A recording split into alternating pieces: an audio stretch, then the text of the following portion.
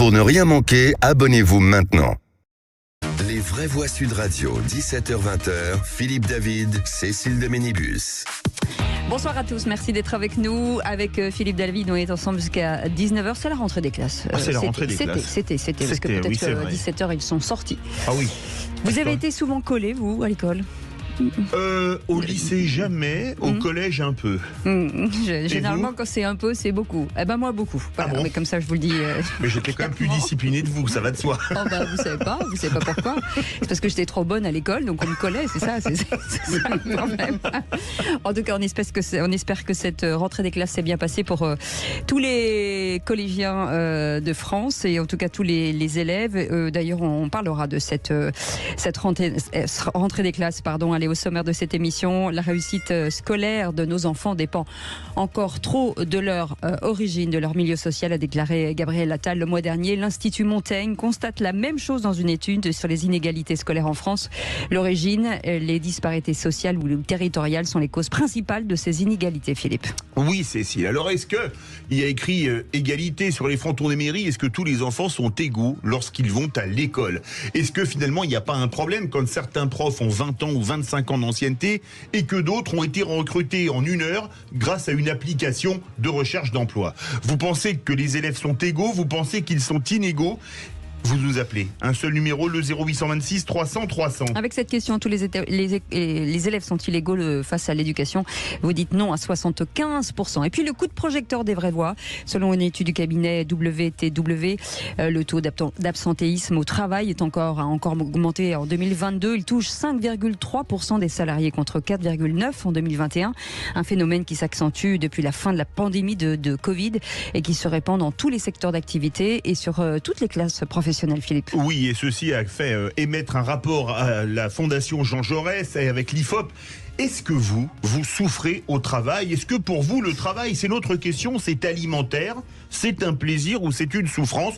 Vous avez déjà eu recours à un arrêt maladie de complaisance ou pas du tout ? Vous trouvez que c'est scandaleux ? Venez témoigner, on attend vos appels. C'est Aude qui décrochera au 0826 300 300. Et donc à cette question, quel rapport entretenez-vous avec votre travail ? Alimentaire 36%, plaisir 19%, souffrance 45%. On a envie de vous entendre. Et Philippe l'a dit, 0826 300 300. Bienvenue, c'est les vraies voix jusqu'à 19h. Les vraies voix Sud Radio. Et on va poser la question à nos éditorialistes du jour, en l'occurrence Philippe Bilger, bonsoir, merci d'être là ce soir. Quel rapport entretenez-vous avec le travail ? Alimentaire, plaisir ou souffrance ? Attention à ce que vous allez dire. Alimentaire et plaisir. Je suis frappé que 44 ou 49% des gens considèrent que c'est une souffrance. C'est assez dramatique, ça, absolument. Mais on en parlera tout à l'heure. Absolument. Madi Saïdi est avec nous. Bonsoir Madi. Bonsoir Madi. Ravi, c'est la rentrée des classes, Madi. Conseillère en communication d'influence et auteur de Française venue d'ailleurs et jusque chez nous, surtout publié chez Stock. Et j'imagine que vous, c'est pareil, hein, c'est plaisir et alimentaire. Absolument. J'ai de la chance d'avoir toujours fait des métiers qui me plaisent, d'être bien entouré. Donc c'est plaisir d'abord et évidemment alimentaire, puisque... Oui, parce que il faut bien faire bouillir la marmite. Absolument. C'est ça. Et Nicolas Corato, président fondateur du think tank Place de la République. Ça va, Nicolas ? Bonsoir. Oui, ça va très bien. Bonsoir. C'est sa rentrée aussi. Oui, c'est ma rentrée. J'ai mon cartable. Il est content. Il a pris ses crayons, tout ça. Il est content. C'est pareil. Alimentaire avec plaisir. On est d'accord. J'ai ce privilège de ne pas pouvoir souffrir au travail, mais c'est pas partagé par tout le monde. Ouais, c'est ça. C'est un privilège de ne pas souffrir au travail. Absolument. En tout cas, on est ravis avec Philippe d'en parler aujourd'hui parce que c'est vrai qu'on en parle assez peu et nous on a la chance de faire un métier qui nous plaît, vous avez raison, mais tout le monde n'est pas dans ce cas-là. Vrai. En attendant, 0826 300 300, Thierry sera avec nous dans quelques instants et vous savez, chaque jour on vous fait écouter un message que vous laissez sur notre répondeur au 0826 300 300 et celui-ci avec Philippe David. On l'a trouvé gratiné. Avec Aude, on se dit qui vous attend d'ailleurs à ce numéro. On est content de l'écouter. Écoutez. Bonjour, c'est Élie de Fontenay-le-Comte en Vendée 85 200. C'est une idée de supprimer les billets de banque pour arrêter la drogue. Pas de billets de banque, pas de vendeurs, pas de consommateurs. Merci à vous. Merci beaucoup pour ce message. C'est génial. Et pourquoi pas ? Et si ça se réfléchit. on oui. On ne peut pas supprimer la drogue. Mais non, mais il est bien. Il est binaire. Il est Ben binaire. oui, pas oui. d'argent liquide, pas de drogue. Là, Voilà, on c'est aime ça. bien le manichéisme, pour une fois. Moi, je dis, c'est peut-être lui le futur ministre de l'Intérieur, en tout cas. Allez, bienvenue à Thierry qui est au 0826 300 300 qui nous appelle de Haute-Garonne. Bonsoir Thierry. Bonsoir Thierry. Bonsoir. Comment ça va Thierry? Pas trop bien avec cette rentrée scolaire et ces nouveaux ministres qui viennent d'arriver, encore un. Ouais. Oui. Voilà. Oui. Donc un nouveau ministre, donc ça va être une nouvelle réforme, des nouveaux documents, voilà. Des nouveaux Alors qu'on avait objectifs. nouveaux objectifs, nouvelles compétences à évaluer, voilà.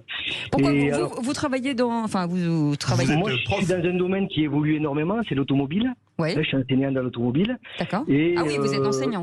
Ok, très bien. Voilà, je suis enseignant dans l'automobile et depuis des années, on change de ministre, on change de référentiel, on change beaucoup de choses. Et moi, je dis, pourquoi changer les ministres? Pourquoi pas garder un ministre qui serait compétent dans le domaine, qui fait une réforme, qui mène jusqu'au bout, et si ça marche, on le garde et on continue, quoi. Mais vous avez la même ligne, même si Gabriel Attal vient d'arriver. Carole Grandjean, c'est votre ministre de tutelle, vous, sur L'enseignement technique. Professionnel. Oui, pour l'instant, mais bon, à chaque fois qu'il y a un président qui change, tout le monde change, quoi. On change tout le système. Oui. Voilà. Est-ce que donc, moi, il y a 20 ans, c'était un système qui fonctionnait très très bien. On avait un des meilleurs systèmes scolaires. Oui. Pardon. Mais aujourd'hui, on change tout. Avant, quand on formait des BTS, on passait par un BEP, un bac pro, un BTS. Oui. On avait des jeunes qui étaient hyper compétents. Aujourd'hui, non, ils sortent de troisième, on les met directement à bac pro. On a maintenant une seconde où on doit leur faire plusieurs métiers de la maintenance. Oui. Donc, avec un métier qui demande énormément de compétences aujourd'hui, on n'a pas le temps de tout faire et tout voir. Thierry, vous qui êtes enseignant depuis plus de 20 ans, avant de donner la parole au Vrévois, vous avez vu le niveau baisser des élèves avec le temps? Mais c'est plus que baisser, c'est une chute vertigineuse. Ouais. Aujourd'hui, on va mettre la moyenne à un gamin qui sait dire bonjour, qui est à l'heure à l'école et qui est poli et qui vient tous les jours. Voilà. Déjà, vous avez de la chance qu'ils soient à l'heure à l'école. On va à la moyenne, là, ça irait. Mais c'était assez terrifiant ce que nous dit Thierry sur l'enseignement technique, mais pour le reste, je suis moins pessimiste que lui. Je considère que le ministre actuel est meilleur que le précédent et que peut-être il va sortir un petit peu l'éducation nationale de son délitement. Nicolas Corato. Moi, je surenchéris sur ce que dit Thierry, parce que je ne veux pas faire de la politique politicienne, mais c'est vrai que l'enseignement professionnel a été bradé, il faut le dire, par la réforme Blanquer, qu'on avait un enseignement professionnel avec des enseignants qui tenaient véritablement le haut du pavé, qui formaient des jeunes parfois en situation de difficulté et qui les qualifiaient fortement. Le plan Pénicaud était intéressant parce que ça a augmenté l'alternance en fait. Oui, mais on a tout misé sur l'alternance et on a délaissé l'enseignement professionnel. Et l'enseignement professionnel, c'est un enseignement majeur et qui effectivement depuis 5 ans est laissé à l'abandon. Oui. Alors l'alternance, ça peut être bien pour certains jeunes qui ont le profil de l'alternance. Oui. Tous les jeunes n'ont pas le profil de l'alternance. Oui, c'est vrai. Et puis les patrons ne peuvent pas tous prendre un apprenti ou deux ou trois ou quatre. Madi veut réagir. Oui, ça c'est un vrai problème. L'alternance c'est bien parce qu'on apprend un métier et tout ça, mais il y a beaucoup de jeunes qui n'arrivent pas au terme de leur formation et qui ne trouvent pas la boîte.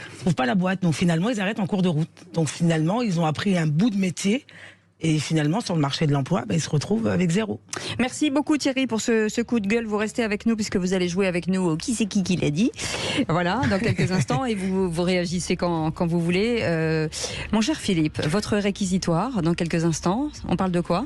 Eh bien, on parle du problème chez les LR, dans la Macronie, entre Édouard Philippe, Darmanin et d'autres. C'est vrai que pousse-toi là que je m'y mette. C'est un peu compliqué. Allez, vous restez avec nous. Et il y aura les 3 mots dans l'actu de Félix Mathieu. Restez avec nous. On revient dans un instant. On vous souhaite la bienvenue. On est ensemble jusqu'à 19h. Les vraies voix Sud Radio, 17h-20h. Philippe David, Cécile de Ménibus. Merci de nous choisir, en tout cas Sud Radio. Vous savez, ici, parlons vrai, ce numéro de téléphone 0826 300 300. Tout le monde a droit à la parole ici. On prône le pluralisme, Philippe David. C'est pas le centralisme démocratique, c'est le pluralisme du débat. Tout le monde est le bienvenu, tant qu'il fait attention à ce qu'il dit, bien entendu. Puisque... Il faut dire du bien de vous. entre autres. C'est le minimum. Oui, moi c'est un minimum. Oui, mais qui pourrait dire du mal de moi, hein? Je demande. Et là, il y a 5 mains qui se lèvent. Comme à l'autrui.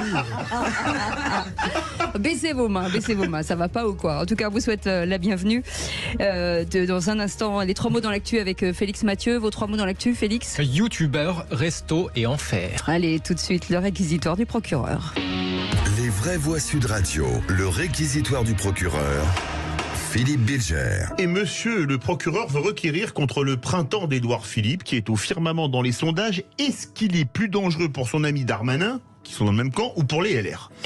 Au fond, je vais encore me faire, non pas agonir, ce serait trop dire, mais critiqué par ceux qui ont une conception profonde de la politique. En ce qui me concerne, j'aime énormément l'anecdote politique, et ce que je constate encore 3 à 4 ans avant l'échéance fondamentale de 2027, c'est le fait qu'il y a déjà des joutes qui se préparent, peut-être de manière artificielle, mais qui sont intéressantes dans la mesure, vous venez de le dire, Édouard Philippe est largement en tête dans un récent sondage, en tête préférée de la Macronie, et même avant Laurent Wauquiez au sein des Républicains. On a de l'autre côté Gérald Darmanin qui peut être déçu, puisque quoi qu'ami d'Édouard Philippe, il est très largement relégué, et du côté des Républicains, Laurent Wauquiez n'est pas bien placé, pas plus que David Lisnard, et en définitive, il sera intéressant de voir, en ne surestimant pas le sondage tout de même si longtemps avant la joute finale, intéressant de voir si les Républicains ne vont pas être gênés par le fait que peut-être Édouard Philippe sera le candidat préféré et de la Macronie et peut-être des Républicains. C'est une interrogation que je pose et qui me permettra encore plus de cultiver la politique politicienne. Madi Saïdi être l'ultra favori des sondages quand on voit par exemple les destins de Balladur ou de Jospin, c'est pas inquiétant? Ça peut être inquiétant, surtout qu'on est qu'en 2023. Oui. Il faut tenir, c'est une course de fond. Hein. J'hésitais entre cette question-là, c'est trop tôt ou est-ce que c'est inquiétant? C'est une course de fond, donc ça peut être inquiétant. Et moi, je suis d'autant plus surprise de ce sondage, c'est que Édouard Philippe, depuis qu'il a quitté Matignon, personne ne sait ce qu'il fait, il a disparu dans la nature. Il est un peu planqué. Ouais. Et pourtant, il sort parfois. Oui, de temps en temps. Et il sort du côté du Havre. De temps en temps, absolument. Ouais. De temps en temps, il sort, mais... Nicolas Corato. Écoutez, moi, la position d'Édouard Philippe aujourd'hui me fait penser à celle de son mentor à peu près au même moment, à quelques années de l'élection présidentielle, qui n'était autre qu'Alain Juppé. C'est-à-dire qu'on peut être le favori des médias, le favori des sondages, et puis avoir un destin politique qui vous échappe complètement et qui vous relègue facilement à la dernière place. Ce qui m'étonne en plus avec Édouard Philippe, c'est que finalement, sans juger son bilan, moi, mais si j'en crois les Macroniens, c'est pas le Premier ministre préféré en termes de bilan de celui qui habite à l'Élysée aujourd'hui ou de ses plus proches conseillers ou supports ou soutiens. Donc Édouard Philippe, finalement, n'est-il pas un peu je dirais, le personnage médiatique ou la marionnette qu'on est en train de dispendier de média en média pour tenir en haleine une sorte de suspense pour 2027 qui se passera et qui se négociera peut-être sans lui? C'est une vraie question. Oui. Mais est-ce que Darmanin, est-ce que la construction de la candidature de Darmanin peut se faire quand même, Philippe Bilger? Rien ne lui interdirait éventuellement de entrer dans une compétition avec Édouard Philippe. Mais là où je ne suis pas totalement d'accord avec Madi, c'est que Édouard Philippe n'est pas planqué. Il mène, de mon point de vue, une stratégie très subtile, de très légère dissidence au sein de la Macronie. Il existe et il fait très attention, mais comme vous l'avez dit, longtemps avant l'échéance finale.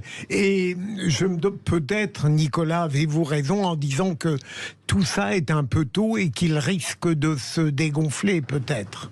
Il faut savoir durer. Suspense, suite au prochain épisode, comme on dit. Allez, tout de suite, les 3 mots dans l'actu de Félix Mathieu. Les vraies voix Sud Radio. Félix, vos 3 mots sont youtubeur, resto et enfer. Emmanuel Macron face à Hugo Travers, le chef de l'État va parler jeunesse avec le youtubeur en ce jour de rentrée. Mobilisation pour sauver les restos du cœur. L'État promet 15 millions d'euros d'aide supplémentaire. La famille de Bernard Arnault d'LVMH en promet 10. Et puis Neymar dit avoir vécu l'enfer au PSG avec Lionel Messi. Pas de polémique, c'est la frustration du champion, tempère la ministre des Sports, Amélie Oudéa-Castéra. Les vraies voix Sud Radio. Hugo Travers avait interviewé quasiment tous les candidats à la présidentielle sur sa chaîne YouTube. Hugo décrypte l'année dernière quasiment tous, car d'irréductibles candidats avaient résisté à l'exercice. Valérie Pécresse et Emmanuel Macron qui avait invoqué des problèmes d'agenda à l'époque. Mais le chef de l'État se rattrapera ce soir en parlant avenir des jeunes avec le youtubeur. Quel avenir alors qu'un jeune sur 5 souffre de troubles dépressifs? Comment réellement trouver sa voie? Comment faire en sorte que personne n'ait besoin de sauter des repas pour s'en sortir? Et puis à l'école par exemple, faut-il vraiment réduire les vacances scolaires ou encore rétablir l'uniforme? Hugo Travers de la chaîne Hugo Décrypte qui va donc accueillir le président Macron tout à l'heure. Quand on voit l'influence de ces youtubeurs, est-ce que c'est pas vraiment un changement dans la communication des politiques qui s'est imposé de facto? Sûrement, mais au risque de décevoir ceux qui aiment bien ce genre de politique par tranche électorale, j'ai en horreur cette manière de compartimenter les propositions et les dialogues. Au fond, comme si la France n'était que une multitude de catégories électorales. On essaye les jeunes, demain on fera les vieux, j'en ferai partie peut-être, ainsi de suite. Non, ça devient grotesque. Ils font pas les blondes, ça m'aurait intéressé. Les blondes, elles sont partout. C'est du marketing électoral et de la communication politique, ça c'est certain. Après, c'est le sujet que finalement les jeunes ne votent pas. Donc pourquoi Emmanuel Macron prend-il tant de temps et tant de soutien pour aller parler aux jeunes? C'est tout simplement parce que quand vous parlez aux jeunes, vous parlez aux autres.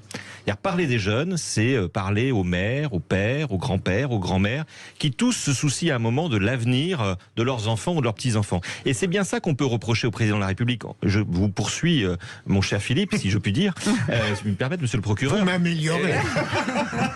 C'est que, finalement, parle-t-il vraiment aux jeunes ou parle-t-il à ceux qui s'intéressent à cette jeunesse? Et c'est tout le sujet de cet exercice de communication. Madi Saïdi, rapidement. Ben, je trouve que c'est bien que les youtubeurs puissent comme ça interviewer. Je trouve que ça donne un petit peu d'air frais qu'on n'avait plus en politique. Il y a une nouvelle légitimité qui vient d'ailleurs au-delà même des médias. C'est des jeunes qui prennent la parole et pas toujours des jeunes. Il y a des youtubeurs qui sont pas forcément jeunes. Et moi, je trouve que c'est plutôt bien qu'on aille parler aux vrais gens, si je peux dire ça comme ça, parce qu'ils sont sur le terrain et ça change du politique habituel. Deuxième mot, les restos du cœur en difficulté financière se disent inquiets pour leur avenir, Félix. Des prix d'achat de plus en plus élevés, mais des demandes d'aide de plus en plus nombreuses. Les restos du cœur assurent plus d'un tiers de l'aide alimentaire en France.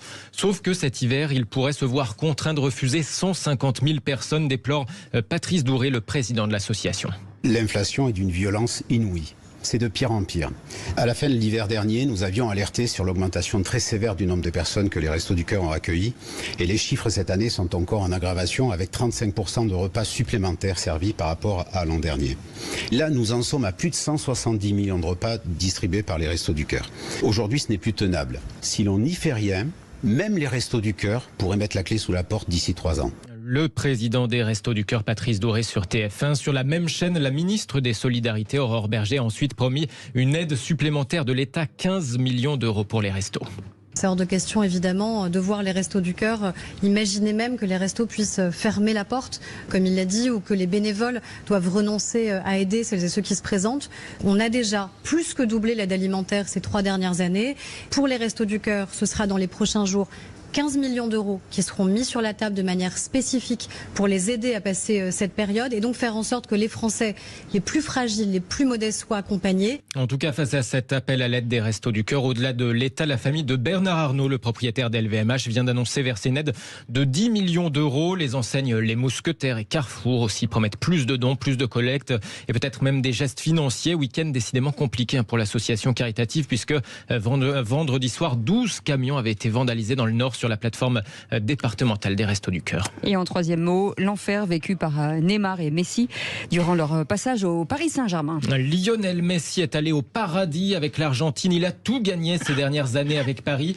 Non, il a tout gagné ces dernières années, mais pas avec Paris, justement. Avec Paris, il a vécu l'enfer. Nous avons vécu l'enfer, lui et moi. Des propos signés donc Neymar dans une interview à une chaîne de télé brésilienne. L'Argentin et le Brésilien ont tous deux quitté le club parisien à l'issue de la saison dernière.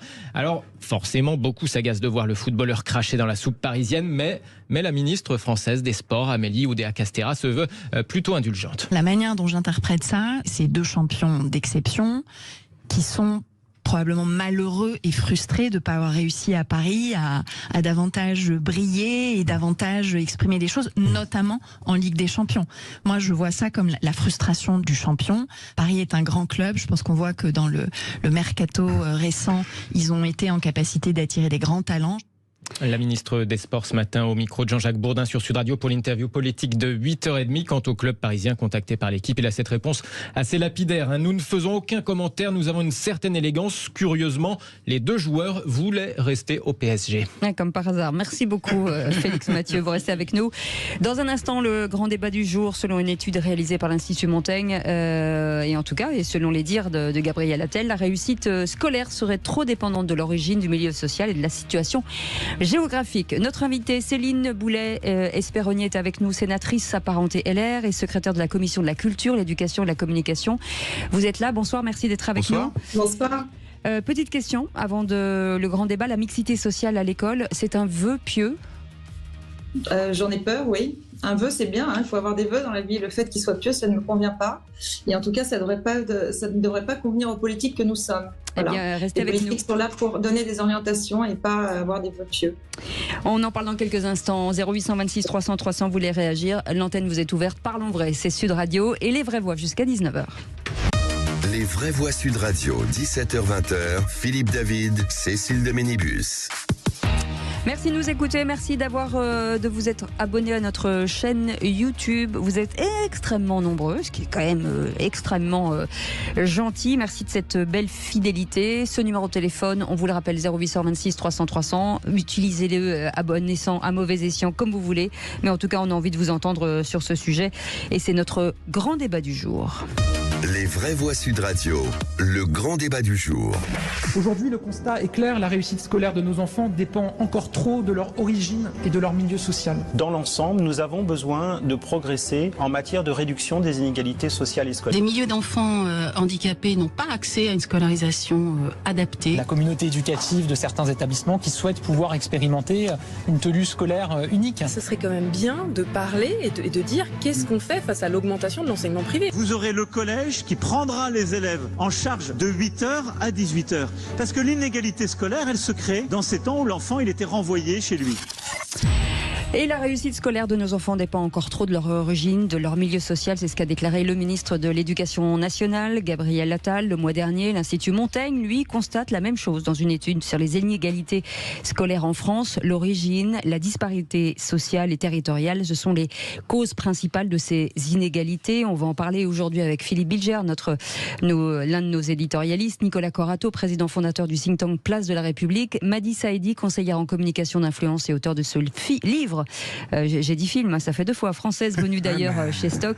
Et notre invitée du jour pour en parler, Céline Boulet-Esperonier, sénatrice apparentée LR et secrétaire de la communication, de la culture et de l'éducation et de la communication. En tout cas, merci d'être avec nous. Philippe Bilger, ce constat de Gabriel Attal qu'on fait depuis des années, la réussite scolaire des enfants dépend trop de leur origine, milieu social et surtout des territoires surtout. C'est un sujet passionnant qui appellerait de très très longs débats. Il est évident que même si on est conservateur, le fait qu'il y a à l'évidence un humus familial et un terreau social, voire une géographie qui sont directement responsables de certaines inégalités, est quelque chose qui doit préoccuper le citoyen. Mais j'essaye d'imaginer un monde idéal où nous parviendrions à créer une totale égalité sur le plan familial, sur le plan social et sur le plan de l'équilibre des territoires. Il il resterait toujours après la formidable individualité des talents et des dons. Nous retrouverions des inégalités, mais qui bien sûr seraient très supportables parce qu'elles échapperaient à la discrimination sociale et familiale. Madi Saidi. Moi, ce débat me rappelle combien on n'avance pas. Moi, j'ai l'impression d'avoir entendu ça depuis toujours. J'étais au lycée, j'entendais déjà. Je l'entendais à la fac. Ça fait 35 ans qu'on nous bassine avec ça et c'est une vraie réalité. Effectivement, en fonction de l'endroit d'où on vient, si on est d'une famille plutôt aisée, de parents lettrés, on a peut-être plus de chances d'être dans telle école, d'avoir accès à la culture. Si on est issu d'un milieu de parents ouvriers, analphabètes, on n'a personne pour nous accompagner dans notre éducation, je veux bien. Mais passer le constat, ça fait 35 ans qu'on le fait. Donc bravo à la Fondation qui nous rappelle ce qu'on sait, bravo au ministre de l'Éducation nationale qui nous dit ce que nous savons tous. Mais qu'est-ce qu'on fait aujourd'hui pour que ces gamins, justement, qu'on se rapproche le plus possible d'une égalité réelle? Nicolas Corato. Oui, je pense que ça, je suis d'accord avec vous, ça fait 30 ans, 40 ans qu'on entend le même discours sur une école républicaine qui manifestement génère plus d'inégalités qu'elle ne les traite. Après, il ne faut pas mettre tout sur le dos de l'éducation nationale. Les inégalités, elles sont sociales, elles sont territoriales, elles préexistent à l'école et c'est pas aux enseignants finalement de régler tous les problèmes de la nation, y compris les problèmes de laïcité par exemple. Je pense qu'il faut qu'on prenne conscience que nous avons chacun notre part de responsabilité. Après, il y a des choix politiques. Le budget d'éducation nationale, c'est 80 milliards d'euros par an. Les aides aux entreprises sans condition, c'est 160 milliards d'euros. Et il y a un moment où si on veut véritablement lutter contre les inégalités, il va falloir aussi y mettre les moyens. Et si la France décroche dans les classements internationaux, c'est aussi parce que peut-être que nous ne mutualisons pas, que nous ne focalisons pas les moyens là où il le faut. Par contre, je mets tout un petit bémol. Si on met tout ce que mettent les régions pour le lycée, les départements pour les collèges et les communes, on double le budget. Oui, mais on reste au niveau de ce qu'on met pour les entreprises. C'est un sujet politique. En France, on met autant sur les entreprises que pour lutter, que pour éduquer nos enfants. C'est un choix de société. Vous pensez qu'il y a une grande inégalité à l'école? Tiens, allez, vous pouvez le dire. Vous avez triché sur la carte scolaire pour pas que votre fils ou votre fille aille dans telle ou telle école. Ce sera totalement anonyme. Venez nous le dire au 0826 300 300. Avec nous, Céline Boulay-Espéronnier, sénatrice apparentée LR et secrétaire de la Commission de la Culture, l'Éducation et la Communication. Alors, vous avez parlé de vœux pieux juste avant la publicité. Est-ce qu'aujourd'hui, on peut rêver d'un jour où tous les élèves seraient égaux devant l'éducation, quel que soit le milieu familial ou l'origine géographique? Alors, plusieurs choses. D'abord, je suis complètement d'accord sur ce qui a été dit. Je ne sais pas si on nous bassine avec ça, c'est bien d'en discuter dès lors que le problème n'a pas été résolu. Et c'est un débat qui est bien franco-français, mais on aime parler d'égalité à tous les niveaux, pas seulement à l'école, de manière générale. Et moi, je préfère parler d'équité que d'égalité, parce que l'égalité, je crois que Philippe Bégère le disait un peu, n'existe pas. Il y a une égalité de milieu social, il y a toutes sortes il y a une inégalité d'intelligence, de où on vient, de compréhension, de plein de choses. Cela dit, là où je suis d'accord avec ce qui a été dit, c'est qu'il faut arrêter d'en parler, il faut agir maintenant. Et c'est aux politiques d'agir, et notamment aux ministres, et de trancher les orientations. Et donc j'espère que Gabriel Attal ne suscitera pas de déception à la mesure de l'espoir qu'il suscite dans cette rentrée scolaire, parce qu'il a l'air de vouloir aller de l'avant. On va voir les dispositifs qu'il met en face. En tout cas, c'est vrai, arrêtons de parler et agissons. Je suis d'accord avec madame. N'avez-vous pas l'impression, madame la sénatrice, qu'en réalité, ce qui arrête parfois les ministres, qu'ils soient de droite ou de gauche, à supposer qu'ils soient tous animés par l'ambition de réformer ce qui va mal, c'est justement l'immensité de la tâche qui les attend. En quelque sorte, un découragement anticipé devant des réformes dont ils ne verront jamais l'issue. Est-ce que ça n'est pas cela qui parfois fait que la France ne se réforme pas autant qu'elle devrait ?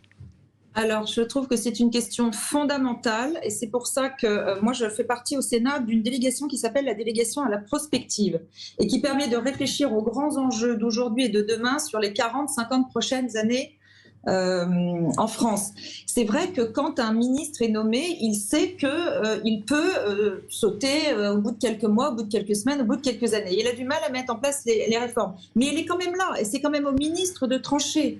La politique, malheureusement, ce qui est consubstantiel à la politique, c'est de ne pas pouvoir se projeter bien au-delà. Et c'est vrai que sur l'histoire de l'égalité à l'école, il faut prendre le sujet dans sa globalité. C'est-à-dire, par exemple, on peut prendre la question de la politique de la ville. par exemple, pour voir l'environnement, les quartiers. On ne crée pas comme ça de but en blanc une équité et d'égalité dans l'école si on n'a pas vu tout l'environnement, ce qu'il y avait autour, l'histoire des REP, etc. Donc je suis d'accord, le chantier est immense. Mais un ministre, il est là pour retrousser les manches, fixer le cap et aller dans le concret, et d'autant plus rapidement qu'il a peu de temps devant lui. Nicolas Corato, Jackie Bordage nous dit les meilleurs profs vont dans les meilleurs établissements. Oui, c'est encore le cas, malgré quelques politiques d'incitation assez timides. Mais bien sûr que c'est le cas. Et puis on peut dire aussi que les meilleurs profs, ou les profs, tout simplement, font aussi partie de ceux qui conseillent le mieux leurs propres enfants, oui, c'est vrai, pour s'orienter dans le méandre de l'éducation nationale. On l'avait vu avec Papendaï, en plus. Bien sûr, non, mais il y a manifestement là-dessus un problème d'orientation majeur. Moi, j'ai une question pour la sénatrice, qui est aussi législatrice, et avant tout législatrice. C'est est-ce que l'idée de ces réformes qu'elle vote ou qu'elle ne vote pas, mais qui lui sont présentées en tant que sénatrice, ces réformes incessantes ne vont pas nourrir cette inégalité, c'est-à-dire cette incompréhension, cette insatisfaction, le fait que les réformes ne sont pas appliquées.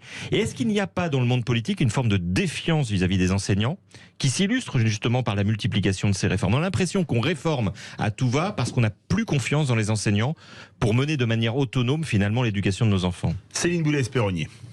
Alors, je suis d'accord avec vous, et puis à force d'empiler les réformes, on a l'impression de ne pas assez réfléchir. Il faudrait des grands textes sur lesquels on passe plusieurs jours, plusieurs semaines à discuter, et au lieu de ça, c'est souvent des petites propositions de loi qui s'enchaînent, et on a l'impression que le problème n'est pas résolu et qu'on essaye de masquer un manque d'efficacité par des textes. Je suis d'accord avec vous. Pour autant, il faut quand même montrer qu'il y a des initiatives qui sont prises, même par des élus au niveau local, et qui se traduisent dans des textes législatifs.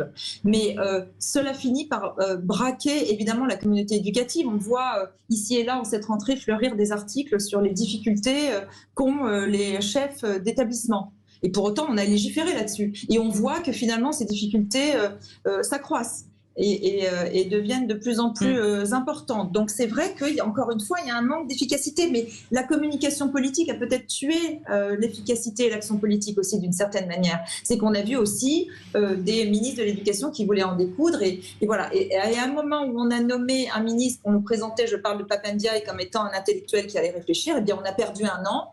Ça a été terrible, il n'y a eu aucune efficacité, donc on verra ce que fera maintenant le nouveau ministre. Mais en tout cas, il faut qu'il donne du grain à moudre au Parlement, et il faut que sur ces questions-là, il y ait de vraies discussions au Parlement, parce qu'on voit aussi beaucoup de ministres qui contournent le Parlement. Or, les élus locaux, les élus qui sont au Parlement connaissent ces sujets par cœur et doivent réfléchir sur le fond.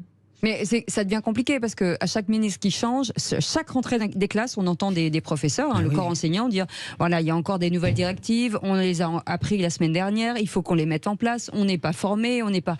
Donc ce sera toujours comme ça. Mais quand et comment ça peut changer? Est-ce que ça peut changer? Mais non seulement ça sera toujours comme ça, je ne sais pas. En tout cas, ça a empiré. Ça, c'est sûr, puisqu'on voit bien dans cette rentrée toutes les difficultés qui sont accumulées et on a le sentiment d'une école qui est au bord de la rupture. On voit aussi de plus en plus de familles qui sont tentées par les écoles privées. Oui. Ça, c'est un phénomène qui ne fait que s'accroître et qui en dit long sur ce qu'il se passe dans l'école de la République. C'est-à-dire qu'il y a beaucoup de familles qui aujourd'hui estiment que cette école-là ne peut répondre aux attentes de leurs enfants. Ce qui est un vrai problème. Et qui doit donner du grain à moudre au ministre. Madi Saïdi. Madame la sénatrice, est-ce qu'il ne faudrait pas prendre la question de l'égalité de manière plus large, de manière plus globale, au-delà des contingences, en tout cas liées à l'agenda de l'école, parce qu'on a l'habitude effectivement à chaque rentrée scolaire à avoir un nouveau règlement, vouloir tout chambouler, finalement on chamboule rien. Est-ce qu'il ne faudrait pas mettre les enseignants autour de la table, les politiques autour de la table, les acteurs sociaux aussi, en tout cas ceux qui, au niveau local, sont en contact avec les familles, pour tout réformer une bonne fois, au-delà même des appartenances politiques, parce que dès qu'un gouvernement passe, sa volonté c'est de défaire ce qu'a fait l'ancien. Quand un autre arrive, évidemment, ce qui a été fait, c'est nul, c'est pas possible, il faut refaire. Voilà. Donc est-ce que finalement, il ne faudrait pas se dire, la question de l'égalité, c'est comme la question des violences faites aux femmes, ça ne devrait pas ça devrait dépasser les clivages politiques, mettons-nous autour d'une table et essayons de faire ensemble pour nos enfants. Vous avez été marqué récemment par Emmanuel Macron. Ça, c'est Vous avez d'autant plus raison que la question de l'égalité, elle a trait à la question de la réussite scolaire et de l'avenir des enfants et des jeunes adultes qui vont devenir. Donc c'est d'autant plus urgent. Mais on vient de perdre un an. Oui, Pendant absolument. un an, il ne s'est rien passé. Pour autant, Gabriel Attal était dans le gouvernement. Et personne n'a osé dire au gouvernement que Gabriel Attal n'était peut-être pas le ministre par solidarité gouvernementale, très certainement qu'il fallait. Donc on perd du temps. Je suis d'accord avec vous, il faut mettre tous les acteurs sur la table. On a fait un rapport au Sénat qui était intéressant sur la délinquance des mineurs. Oui. Et on a vu à quel point le décrochage scolaire jouait un rôle dans ce problème qui est tristement d'actualité. Et on voit que souvent les acteurs agissent en silo, au lieu de se mettre autour de la table et d'agir ensemble. Il y a des initiatives qui sont prises du temps de Blanquer, il y a eu des initiatives qui ont été prises, par exemple, sur le harcèlement scolaire. Et puis finalement, on a l'impression quand même d'une complexité, je suis d'accord, d'un empilement de mesures, d'actions, de textes parfois, comme disait Nicolas Curato, et finalement, on en est toujours à discuter de ce phénomène avec vous sur cette émission. Ouais. C'est intéressant, mais il faut aller au-delà, c'est ce qu'on dit depuis le début. Je suis d'accord. 0826 300 300, Thierry qui est avec nous. Thierry, vous vouliez réagir à ce débat ? Oui, sur plusieurs points. Le premier point, c'était au niveau des moyens. Je vous donne un exemple. Le jour de la pré-rentrée, on nous a dit qu'on ne pouvait pas accéder directement à Pronote parce qu'on avait Windows 7 et qu'il faut au minimum Windows 10. Donc je vous donne déjà, vous imaginez déjà le niveau du matériel que l'on a. D'accord. Donc c'est un lycée qui est excentré par rapport à la grosse ville de Toulouse. Donc en fonction des établissements où se situent les élèves, non, ils sont pas égaux. Ils sont pas égaux parce qu'on n'a pas les mêmes moyens.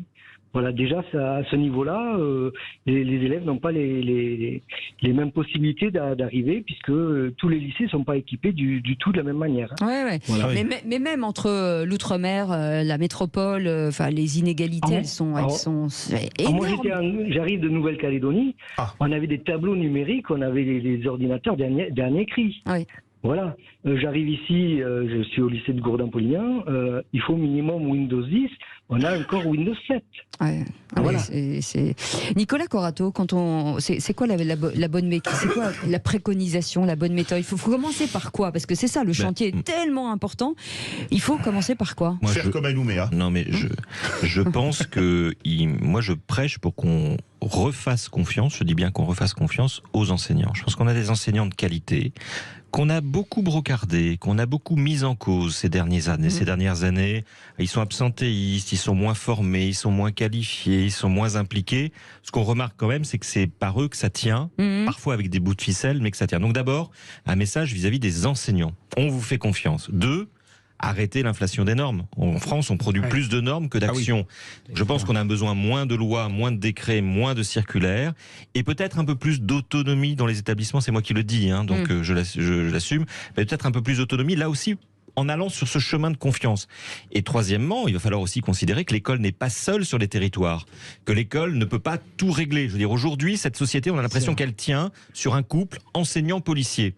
Je pense qu'on se trompe en considérant que les enseignants et les policiers vont sauver la société et vont construire son avenir. C'est pas vrai. Et ça, c'est un enjeu pour tous, les élus locaux, mais également les citoyens que nous sommes tous, les parents d'élèves que nous pouvons être.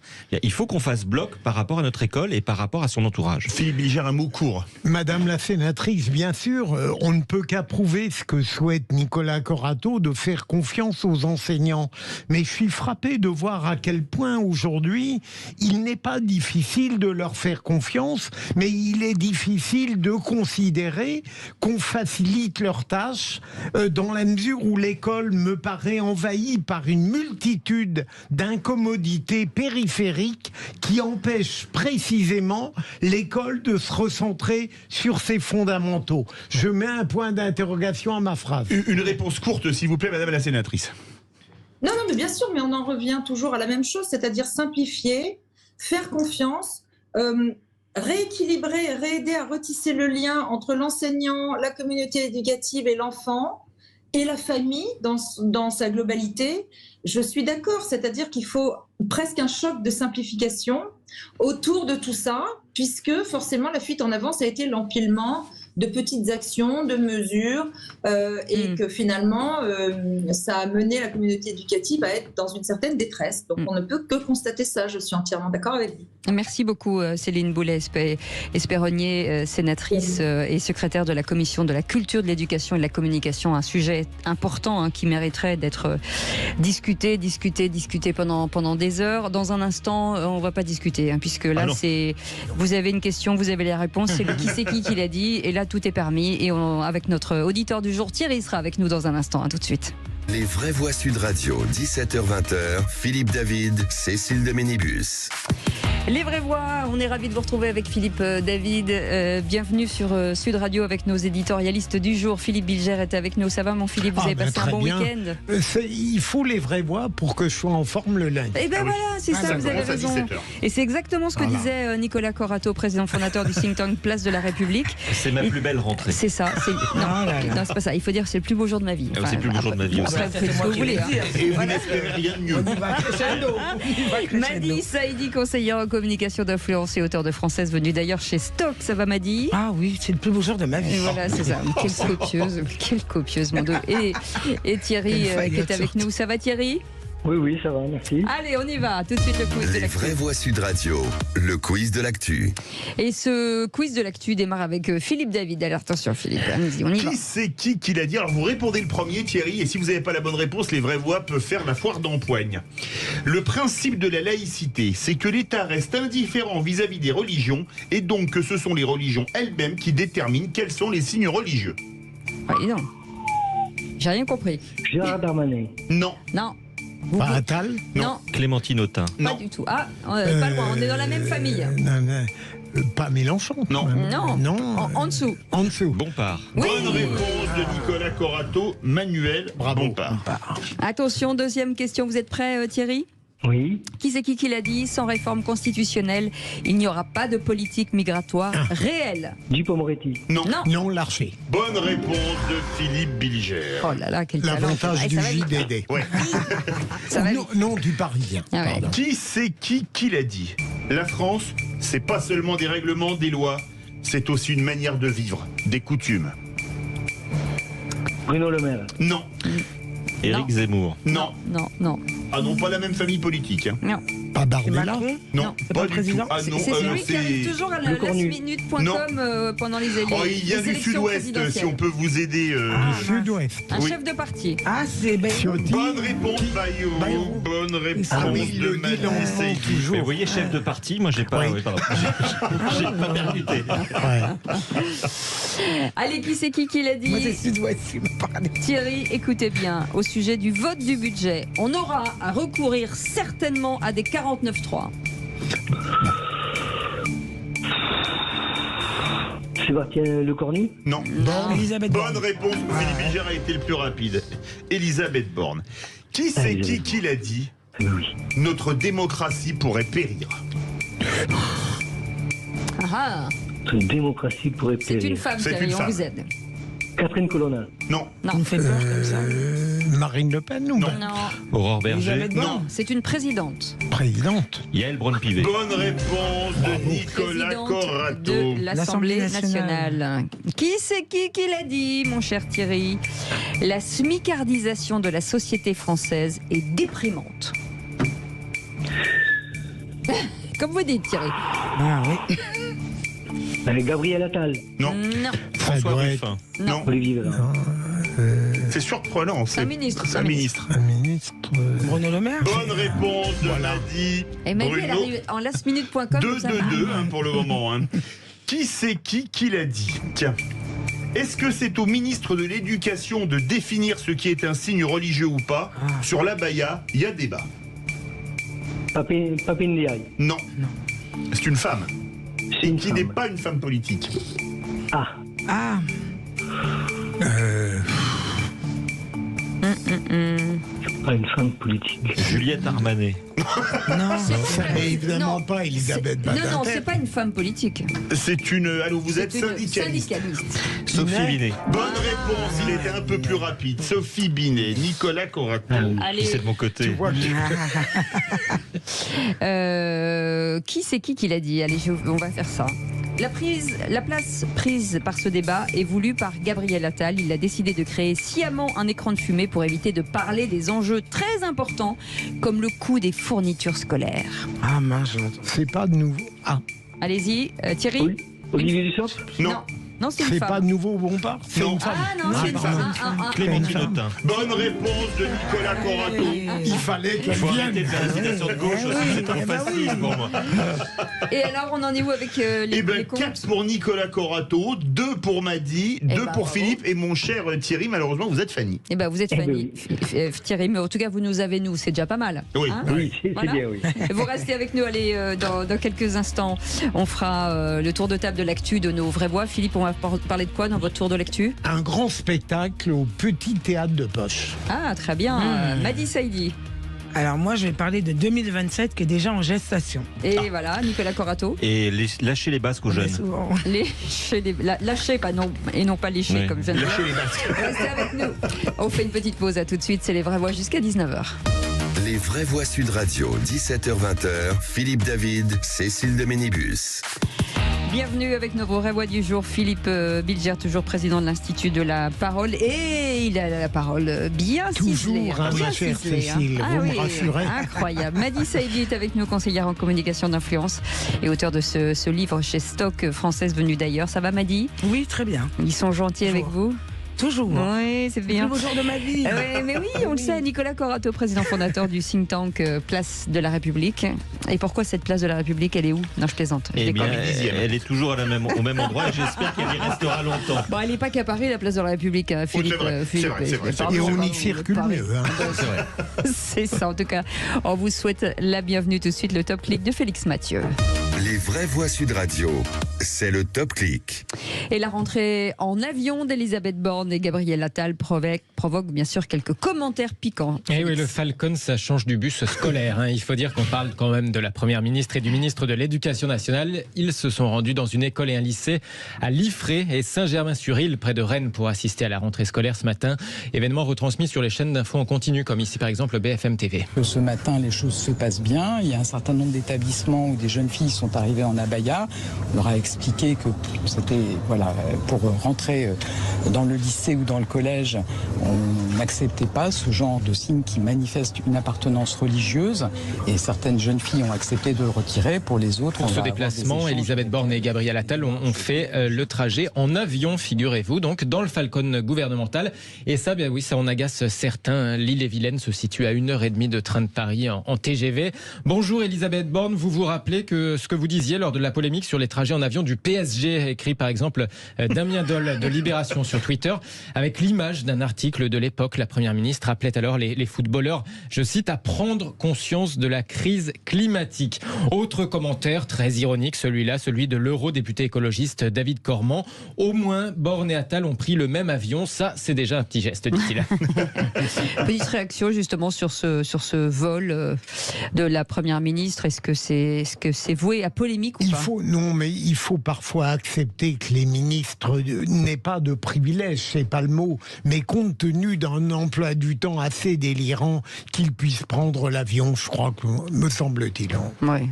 Chacun ses contraintes, on ne les connaît pas toutes. Il y a également des contraintes de sécurité. On sait que prendre un train pour notamment une première ministre, c'est compliqué en termes de sécurisation. Quand on rentre dans le détail, on s'aperçoit que, au-delà de ce qu'on peut ressentir nous légitimement comme un scandale, quand on rentre dans le détail, on voit d'autres réalités. Voilà.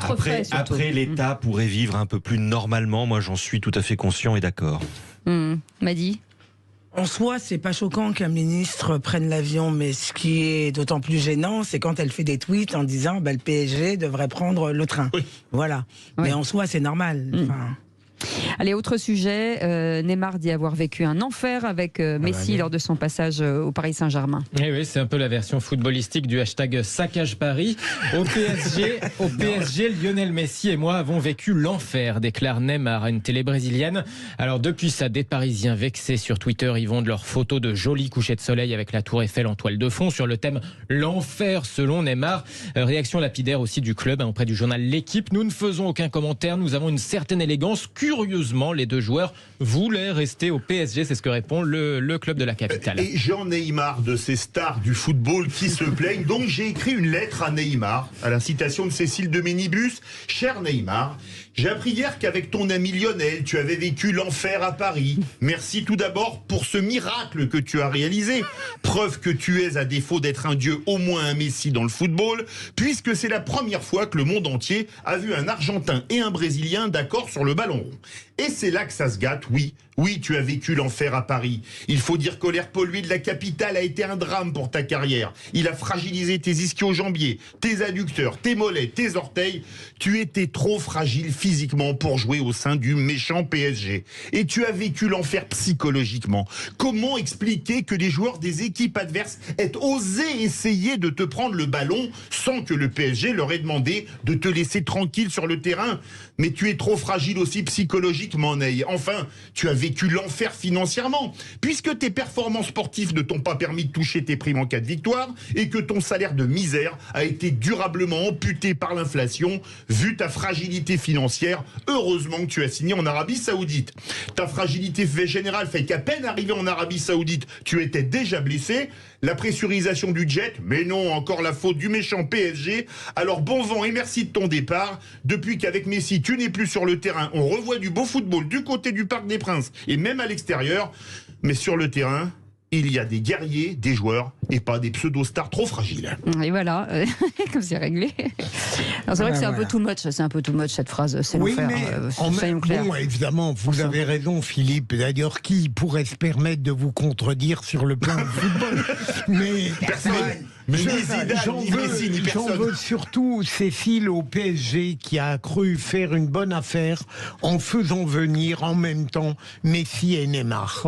Ils sont pas alignés des noms. Voilà, non, on veut des footballeurs, on veut pas des noms. Moi, je trouve que vous êtes très dur avec ce pauvre Neymar, qui est un peu sartrien. L'enfer, c'est les autres, et c'est ce que je retiens de ces déclarations. Madi Saïdi.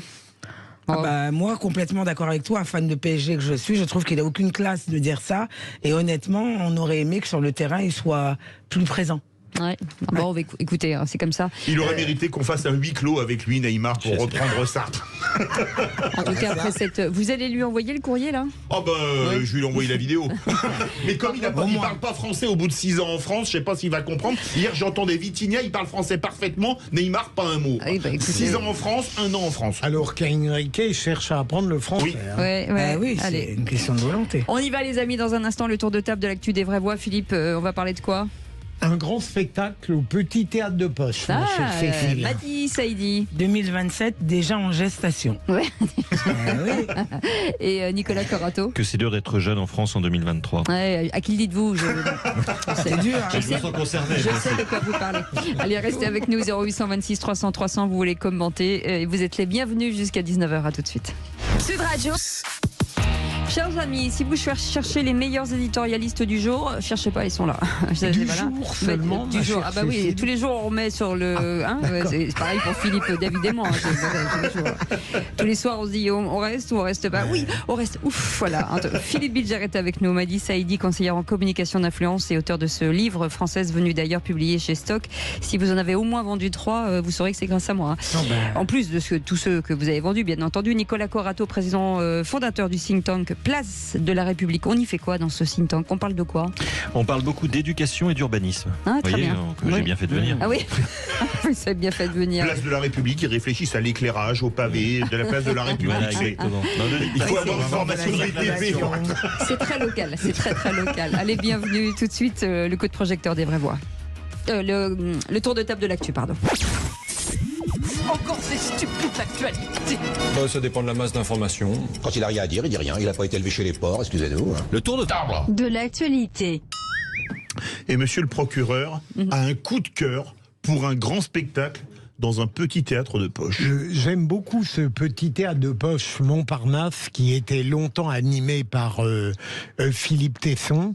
Et hier, on a pu voir une pièce adaptée de L'éducation sentimentale, qui est un formidable roman de Gustave Flaubert. Et les deux acteurs, les deux adaptateurs sont d'abord de formidables comédiens et d'autre part, ils ont su faire une synthèse très remarquable de ce roman qui est...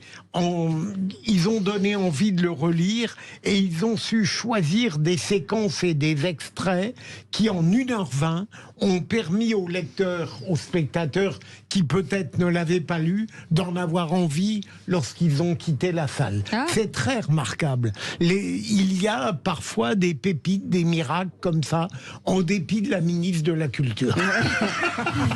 En même temps, c'est pas évident, parce que toucher à des œuvres comme ça, c'est pas toujours réussi. Bien sûr, mais justement, Cécile, la synthèse, le choix des extraits, et notamment, pardon, je vais très vite, il y a un passage très célèbre dans l'éducation sentimentale que Proust admirait. Il voyagea, il connut la mélancolie des paquebots, et ils ont la sagesse de terminer par ce magnifique passage leur spectacle. Ouais, c'est quelque chose que vous iriez voir, vous, Nicolas? Ah oui, complètement. Alors je suis un peu pantois parce que pour moi... transmettre ou en tout cas adapter Gustave Flaubert au théâtre, c'est un coup de génie, mais très très risqué. Donc si ça fonctionne, j'y vais dès demain. Madi Saïdi. Oh oui, j'irai carrément. Dès demain, c'est-à-dire que avec les deux mains. Il fait le poirier pour y aller. Si j'irai le voir les yeux fermés, j'ai totale confiance en Philippe Vigère. Et je ne rembourse pas le spectacle de Bernard Pivot après. Il est dénicheur de pépites. C'est vrai que Philippe, j'aime bien ces petits théâtres de poche, ma chère Cécile. Oui. Madi, un peu moins de 4 ans avant 2027, les couteaux sont déjà tirés. Oui, c'est vrai que ça tire de tous les côtés, entre Darmanin, Édouard Philippe. Absolument, je trouve que c'est tôt. Il y a quelques mois, on célébrait les 1 an d'Emmanuel Macron au pouvoir. Et là, déjà, les couteaux sont déjà tirés. Alors là, il y a quelques semaines, c'était Darmanin qui était candidat. Là, on a un sondage du Parisien qui nous sort Édouard Philippe de je ne sais où d'ailleurs. Comme ça favori. fait longtemps, Édouard Philippe. Oui, mais ça faisait longtemps qu'on ne l'avait pas entendu parler. Et là, tout d'un coup, ils nous le sortent. C'est le favori. Donc, pour LR, pour l'AREM, pour Renaissance, je ne sais plus comment on doit les appeler. Et ça me rappelle quelque chose. Moi, ça me rappelle Emmanuel Macron, 2016, déjà. Oui. Et j'ai peur qu'il nous refasse le candidat des médias, c'est déjà Édouard Philippe. Et je trouve ça un peu dommage parce que c'est un peu aux Français de choisir. Et je le sens vraiment qu'on est en train de nous sortir Édouard Philippe qui sera le candidat des médias, du mainstream, de tout le monde. Et peut-être que dans moins de 3 ans, il y aura l'autorisation d'un 3e quinquennat, on ne sait jamais. Je ne veux pas être en permanent désaccord avec Madi, je ne me le permettrai pas.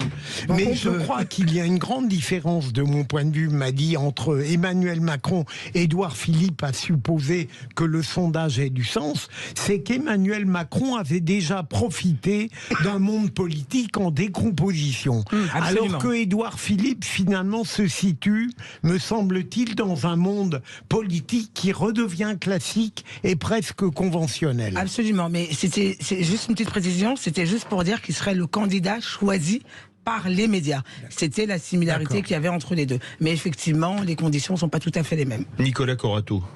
Les femmes adoraient, en tout cas, adorent Édouard Philippe. Ah bah, commencez par alors, ma mère. Je suis mal placé pour répondre à cette question. Il faudra peut-être demander à notre invité de l'IFOP si quand on regarde les catégories socio-professionnelles, les femmes sont plus intéressées par Édouard Philippe que les hommes, ça je ne sais pas. Mais vous savez ce qu'on dit dans la presse ou dans les médias, on dit qu'on a des candidats ou des hommes ou des femmes politiques ou médiatiques qui font vendre du papier, puis ensuite en leur disant du bien, et puis ensuite qui vont vendre du papier en disant du mal. Oui. Et il faut faire attention à cette courbe de l'apogée dont Édouard Philippe pourrait être victime. Moi, je ne suis pas persuadé qu'il soit le meilleur candidat de la droite. Je voudrais vous poser une question. Est-ce que vous croyez qu'il y aura un seul candidat de la majorité présidentielle dans 3 ans et demi ? Ah bah là, ça, vous avez une boule de cristal. Non, mais je pose la question, est-ce que les rivalités d'ambition entre Horizon, le Modem et Renaissance ne va pas faire qu'il n'y aura pas un seul candidat ? Est-ce qu'il y a une majorité présidentielle ? Oui. Là, vous êtes méchant. Je fais un pari, je dis oui. Ah, un seul candidat. Vous pensez ? Et je reviens sur ce que vous disiez, Nicolas Corato. Quand vous dites que c'est pas le meilleur candidat de la droite, c'est qui pour vous aujourd'hui le meilleur candidat de la droite ? Je sais pas, tout est ouvert. On voit des très jeunes se positionner, Gabriel Attal, Clément Beaune qui va y aller immédiatement, on voit Édouard Philippe. Moi, celui que j'entends qui sature l'espace médiatique n'est pas un nouveau-né, puisque c'est Nicolas Sarkozy qui ne cesse de truster tous les plateaux et qui fait des ventes en librairie absolument démentes. Donc j'ai l'impression quand on a appris que M. Darmanin faisait sa rentrée, quelqu'un a dit c'est la fin du macronisme. Ouais. C'est pour ça que je vous dis, je ne sais pas s'il y a encore une majorité présidentielle, parce que manifestement, nous sommes déjà rentrés dans la campagne de 2027. Oui, mais vous ne m'avez pas donné de nom encore. Eh bien, Nicolas Sarkozy. Non. Vous croyez à son retour? Ah bon? Quelqu'un pour retourner Sarkozy, vous le notez, non, mais je ne vais pas parier avec Nicolas parce que je ne serais pas sûr de tenir mon engagement. En tout cas, on le réclame. Hein. Moi, j'ai vu sur ses signatures, beaucoup de gens le réclament. Et il dit pas oui, il dit pas non, il est content, il sourit.